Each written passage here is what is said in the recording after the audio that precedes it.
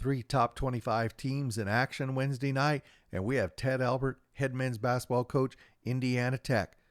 Cascade Hoops Talk starts right now.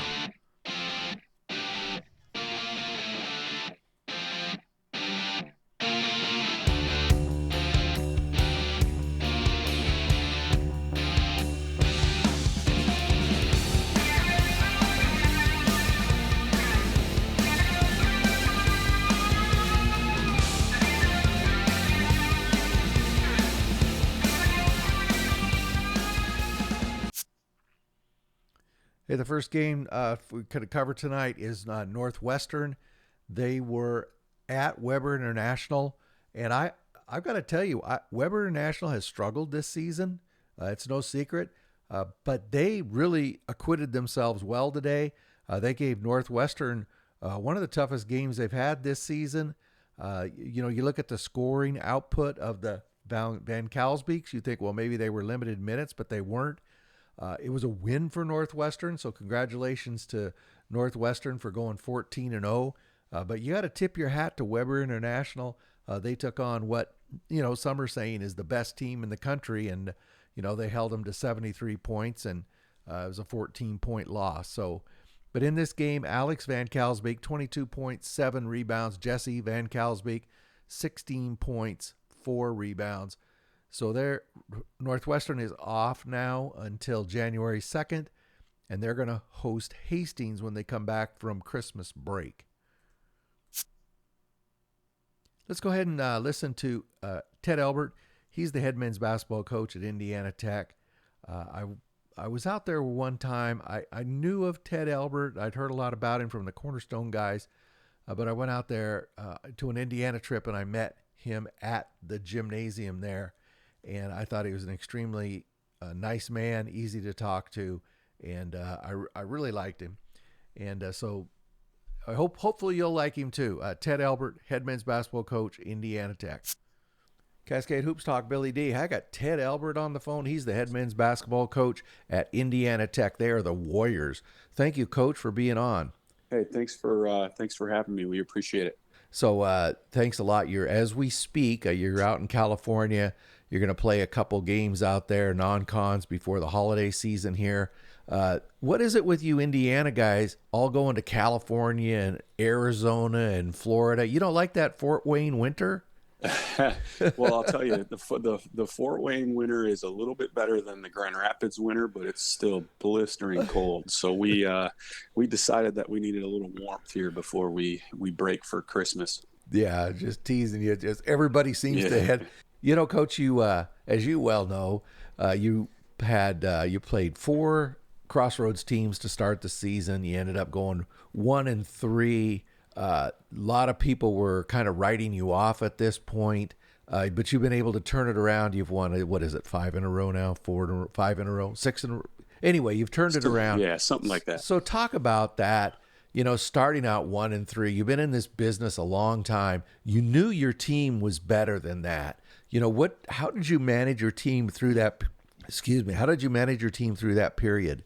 Yeah, I mean, we had a lot of returners and key returners, but we played the entire season without Blake Davison, who was a big piece of who we were going to be last year, and obviously had to reinvent that. And coming back from a knee injury, and as tough a young man as he is, just took a little bit of time, and our guys just getting comfortable with one another, and and a few more, new pieces, with our freshman group and sophomores stepping into a bigger role that got thrown into the fire last year as freshmen, and, just kind of putting that puzzle together. We obviously would have liked to take care of a few of those games earlier in the season, but we also understand that it's the cliche, it's a process, and we were doing a lot of learning early on, and certainly trust this group, and our leadership has taken on certainly a much bigger role, and that's kind of the biggest piece, I think, that's gotten us to this point is just our upperclassmen and leadership. I wanted to ask you about that. Blake Davison, he's been with you a long time. Max Perez has been with you since the Clinton administration.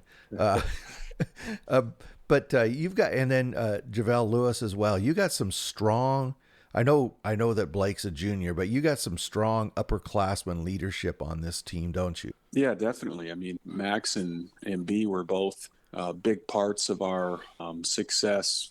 Their junior year, I guess technically, yeah. I mean, it was their junior You're year, right. but with COVID and everything, that kind of changes what their status is technically as a student athlete. But it was a learning curve for them too, having to adjust to kind of being our vocal leader all the time. And last year with the ups and downs, I think that, the best teacher is certainly adversity. And last year, the taste in our mouth that we had towards the end of the season was one that was abnormal to them and certainly abnormal to our program. And I think they have really, gotten a stronghold on what it actually takes on a daily basis and the consistency that goes into that. That's the most important factor.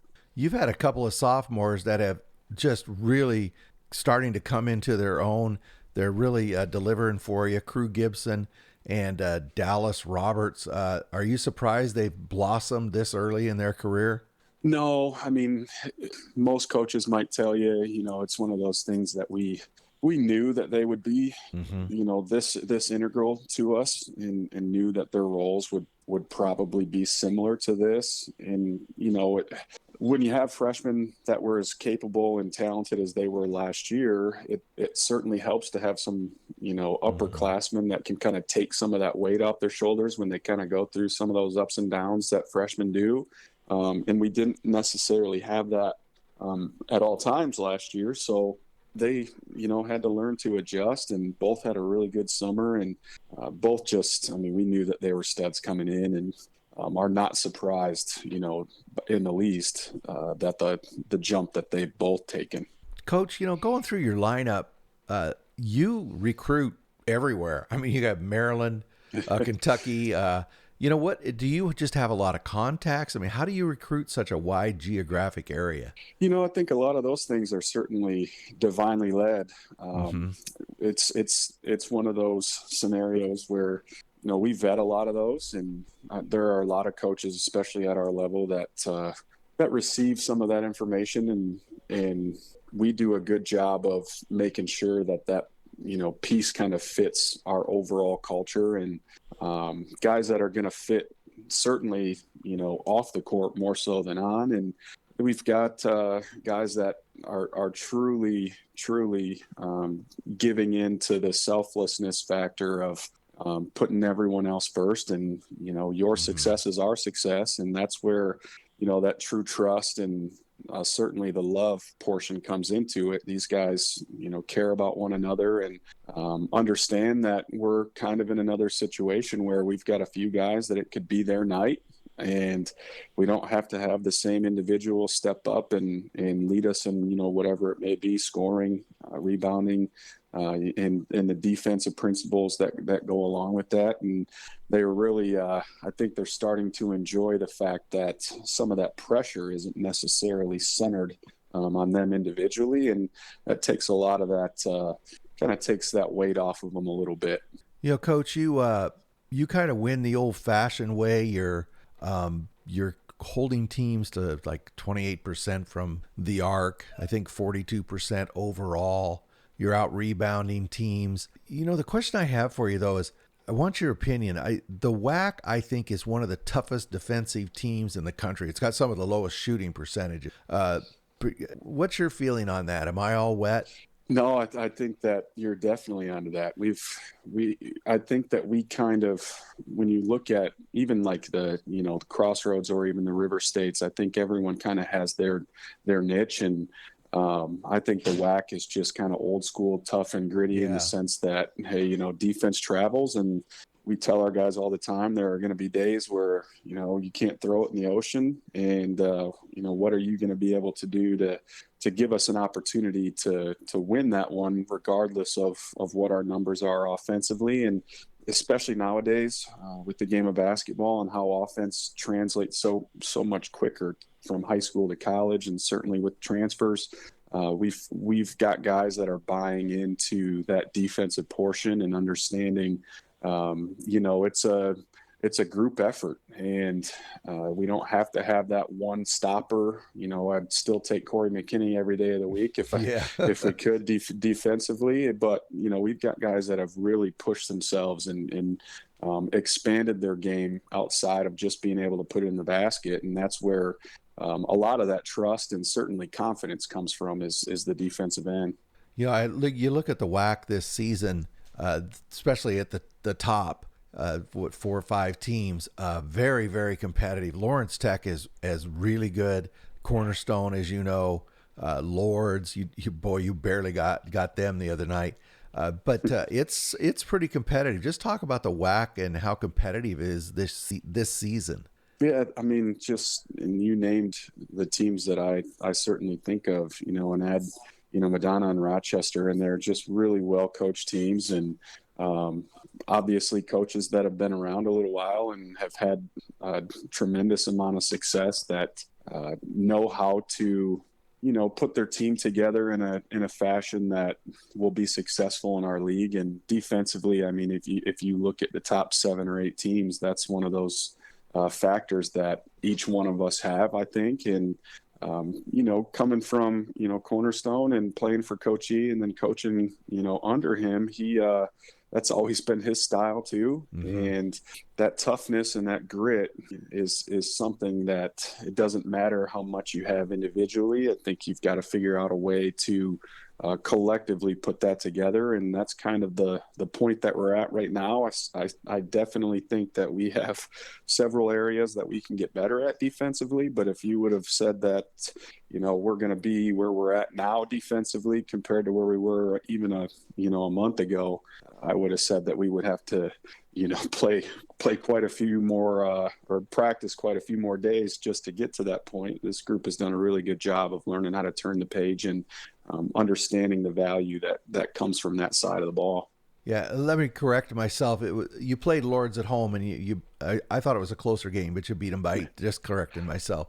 Just before that, you played Cornerstone. You had to go over to Grand Rapids. It's been a number of years. You've been now at Indiana Tech. Everybody knows you grew up a Cornerstone guy, assisted there for many years as well. Do you still get that same butterfly in your stomach when you walk out on the court over there at Cornerstone, or is it just business as usual now?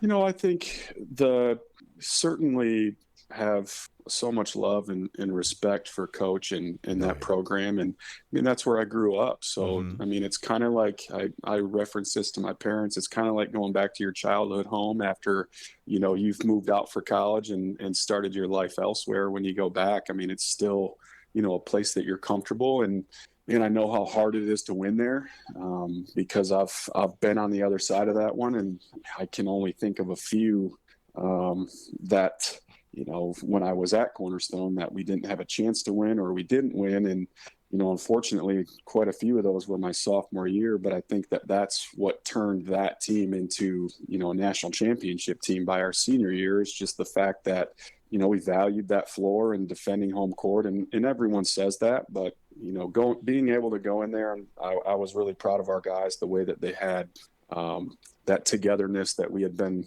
so focused on, and just that, internal fortitude that comes from, the mental side of it for them to be able to come out on top of that one, especially with, some of the ups and downs that we had early. Really quick, the Golden Eagles have some of the best fans in the NAIA. How do they treat you when you come home? Oh, they're great. I mean, they're great. But, I understand it too. When that ball goes up in the air, exactly. We're enemies at that point.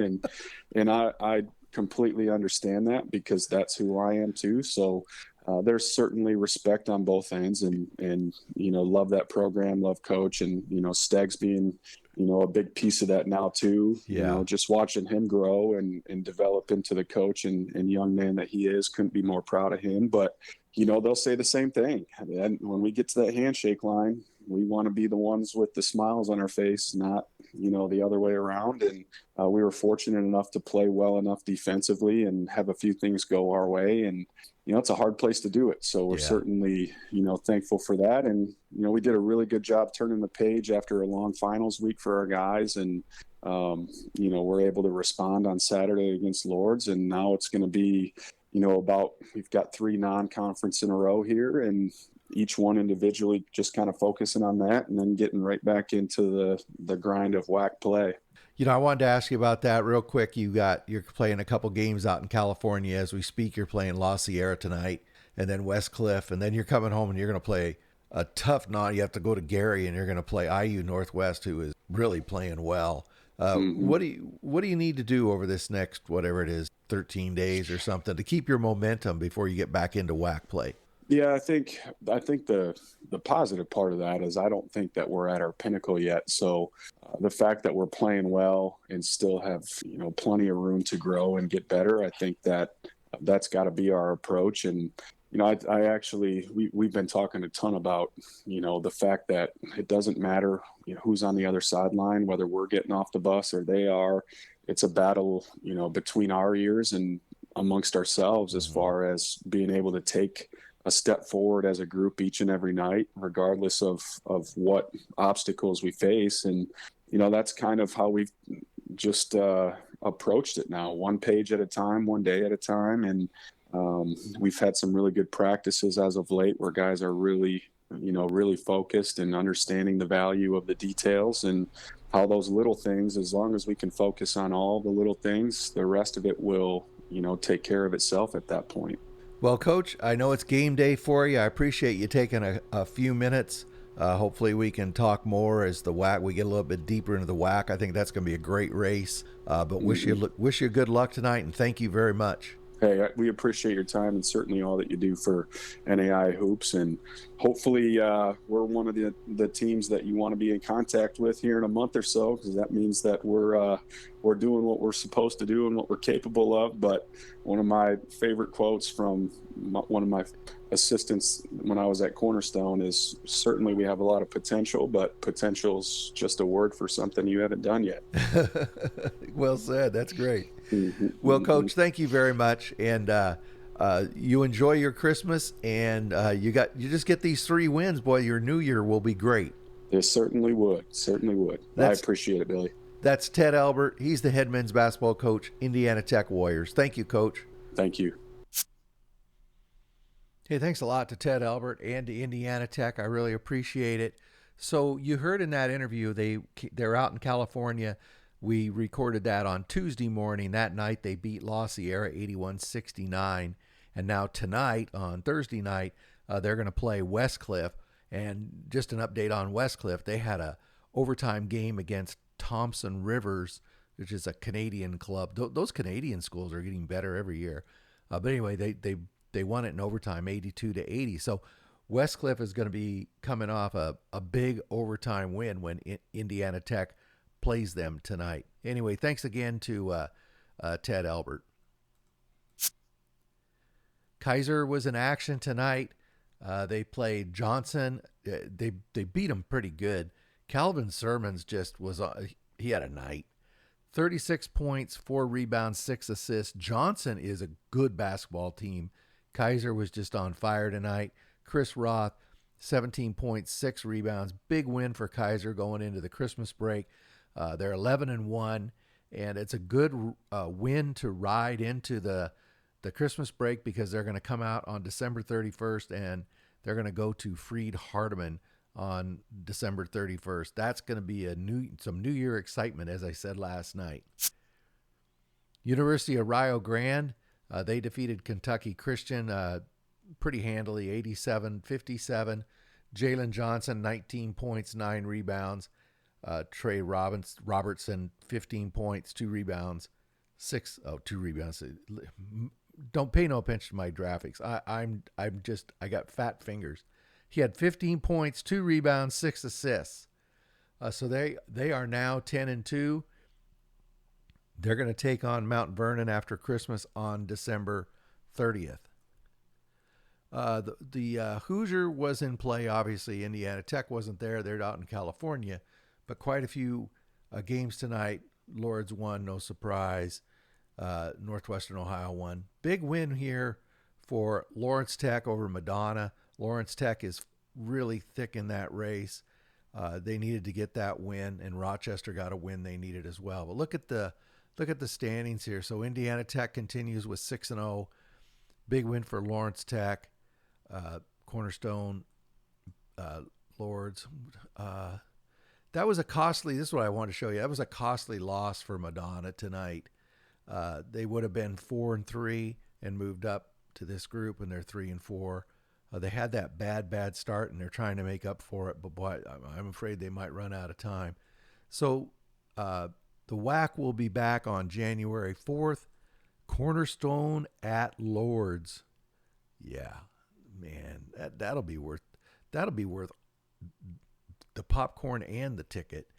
And then Aquinas is going to be at Indiana Tech. Those are two games that definitely could affect the standings come January. So right now it's up in the air whether we're going to do a show for Friday or not. There's not a lot going on. I'm surfing around, seeing if we can get somebody, get a guest for tomorrow. That's getting tougher. Everybody's starting to hibernate into the Christmas break. Any coaches out there want to get on? I've reached out to a couple, but today's a great opportunity. Get you this morning. We'll get you into the show as I make it tomorrow night. That's what I'm trying to say. Anyway, that's all I have. Really appreciate it. But I hope you got your Christmas shopping done. Remember, this is how Christmas shopping works. You got plenty of time. You're out of time. Guess what? You're almost out of time. Okay, we'll see you tomorrow. If I don't see you tomorrow, we'll see you Monday because I'm going to be at basketball games over the weekend. That's all I got. Thank you very much for supporting our podcast. Please like and subscribe. Get out to your local NAIA school because NAIA basketball is the best entertainment value in America.